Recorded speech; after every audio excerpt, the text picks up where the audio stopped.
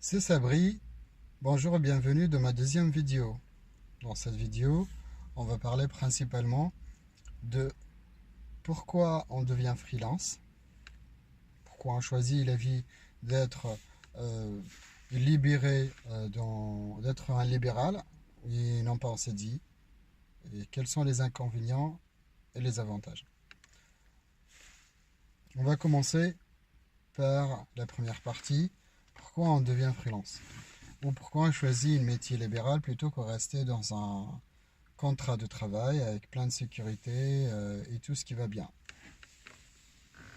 Généralement, les personnes qui se lancent principalement en freelance, c'est des personnes soit en premier lieu qui n'ont pas trouvé de CDI, qui cherchent à se faire connaître sur le marché. Et secondo, c'est les entrepreneurs. C'est les personnes qui ont un fil qui leur pousse à faire leur propre activité. Donc ces personnes-là sont souvent ceux qui prennent le plus de risques parce qu'ils vont lâcher un confort de vie dans lequel ils sont déjà. Par exemple, on va dire pourquoi un directeur d'entreprise lâche son contrat, il passe directement en activité libérale, bon, quel que soit le métier. On va parler de mon métier, par exemple le métier d'informatique, IT. Donc dans l'IT, aujourd'hui, le marché en France, on va dire, il est très actif. Il y a beaucoup de propositions. Et les personnes qui se lancent déjà, ils ont déjà des propositions, même s'ils sont déjà en CDI, ils ont déjà leurs propres propositions de freelance. Que ce soit pour faire réaliser des missions, ou bien même pour donner des formations, par exemple. Donc, freelance n'est pas forcément dire prendre un projet, réaliser un projet. Ça peut être une formation, d'être libre de donner des formations sans être vraiment engagé avec un contrat, être libre de prendre des projets et les réaliser chez lui ou chez le client. Donc il y a, on va dire, il y a plusieurs types de freelance. Il y a le freelance, on va dire, à réaliser un contrat en régie, c'est-à-dire directement chez le client, être présent chaque jour, ou bien freelance en conseil, c'est-à-dire vous êtes présent pendant une ou deux journées ou pendant le durée du projet chez le client. Oui, il y a ceux qui prennent effectivement des projets ou pour donner des formations. Donc voilà, il y a deux types, il y a deux conditions. Il y en a d'autres, mais c'est les principaux aujourd'hui, en France au moins. Donc la deuxième partie, quels sont les inconvénients d'un freelance? Comme c'était tout à l'heure, si vous êtes déjà dans un contrat CDI, CDD ou autre type de contrat, forcément vous avez un certain confort. On va dire, vous savez qu'à la fin du mois, vous allez avoir votre salaire, par exemple. Vous savez que vous avez une sécurité sociale et vous avez le tiers payant. Vous avez leur propre congé payé. Euh, et plein d'autres trucs. Ces conditions-là sont souvent fixes, on va dire. 99,99%, c'est des conditions fixes, sont pas négociables tout au long de la vie du contrat. Mais si vous voulez améliorer votre CDI, il faut souvent ou principalement démissionner du contrat et avoir un nouveau contrat avec de nouvelles conditions. C'est ce qui revient à la même chose qu'être freelance en fait. Vous êtes en contrat, vous changez de contrat. Vous êtes chez un client, vous changez de client. Donc pour les personnes qui cherchent à améliorer leur vie en changeant de CDI, c'est comme si ils sont chez un client et ils vont changer sur un nouveau client. En fait, il n'y a rien qui est spécial. C'est juste le type de la relation client-prestataire qui change.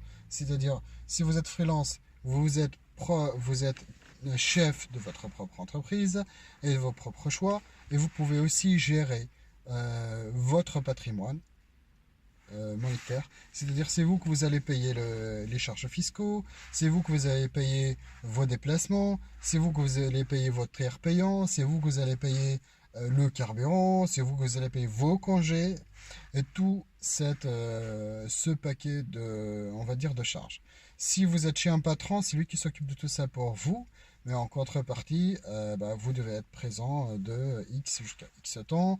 Vous avez une certaine règle à respecter. C'est tout à fait normal. On peut pas en vouloir les patrons. C'est la vie. C'est comme ça que ça se passe. Et elle ne peut pas être autrement parce qu'après, lui aussi, à un certain moment, il était comme vous. Peut-être qu'il était salarié ou même s'il est riche, à un certain moment, il y a des personnes à gérer. Donc c'est un peu compliqué de créer des exceptions ou même de voilà, ne pas avoir des règles, sinon ça sera la jungle, quoi. Donc les inconvénients, c'est le confort de vie à mettre en risque pendant le temps que vous allez vous développer. Le point positif, il y en a plusieurs. On va commencer d'abord par le fait que vous serez votre propre chef. Vous allez choisir vos propres missions, mettre vos propres tarifs, choisir le jour où vous allez travailler ou ne pas travailler. C'est pas aussi libre que ça, mais voilà. Vous êtes au moins conscient de ce que vous allez faire. Le deuxième truc, c'est que vous allez gérer votre propre patrimoine. Et là,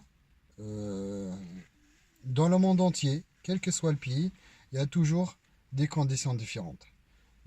Soit c'est vous que vous allez payer votre charge, donc vous pouvez par exemple déclarer plein de trucs que vous ne pouvez pas les déclarer quand vous êtes salarié, comme par exemple votre contrat de téléphone, votre, votre charge de carburant et plein d'autres trucs qui sont effectivement à découvrir.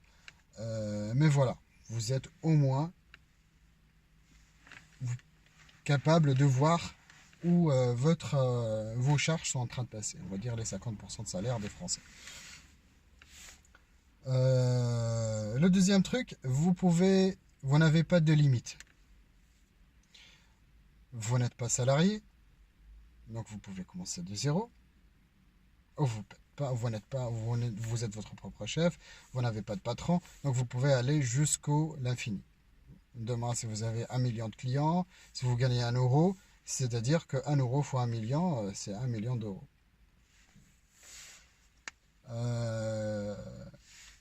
C'est juste un cas de figure, un exemple. Donc voilà, le point positif, c'est que vous pouvez vous développer, vous n'avez pas on va dire, de blocage. Donc vous êtes capable de gérer votre propre évolution, que ce soit dans le domaine que vous maîtrisez ou dans un autre domaine que vous pouvez faire des formations. Eh bien, à ce moment-là, vous êtes aussi capable de bénéficier de la vie que vous rêvez peut-être si vous en arrivez à créer de bons résultats. J'espère que vous avez bien apprécié ce que j'ai fait. C'est ce que je viens de montrer aussi. C'est ma deuxième vidéo. Voilà, je l'ai fait dans la voiture. J'ai pas pu faire autrement aujourd'hui. J'espère que vous avez quand même apprécié le vidéo. Et j'essaie d'avoir plus de contenu pour les prochaines fois, principalement focalisé, on va dire, sur certains sujets qui peuvent vous intéresser. Actuellement, je suis en train de lancer le projet de formation en ligne pour tout ce qui est freelance, optimisation et surtout comment se lancer et faire un plan de suivi, on va dire, sans distinction sur les différents pays. Et les vidéos, je vais les faire en 3 langues. C'est ce que j'ai oublié de le dire en première vidéo. Je parle français, anglais et arabe. Donc pour les arabes, je vais juste parler en arabe littéraire, c'est-à-dire ce qu'on étudie à l'école. Ou voilà, ce que nos anciens en parlent. Donc je ne choisirai aucun dialecte. Donc ça sera que de l'arabe littéraire, français littéraire et anglais littéraire. Il n'y aura pas d'accent, j'essaie plutôt d'éviter l'accent. Donc excusez-moi pour ceux qui n'ont pas compris certains mots. Donc vous pouvez me le dire et j'essaie de faire évoluer mes présentations. Je suis preneur des commentaires négatifs beaucoup plus que ceux des positifs, parce que c'est le négatif qui me permettra de m'améliorer. Et voilà, n'hésitez pas de proposer aussi des sujets ou autres. Et comme ça, je peux aussi enrichir les vidéos, enrichir ma page et savoir répondre aux besoins. Voilà. Merci beaucoup. À la prochaine.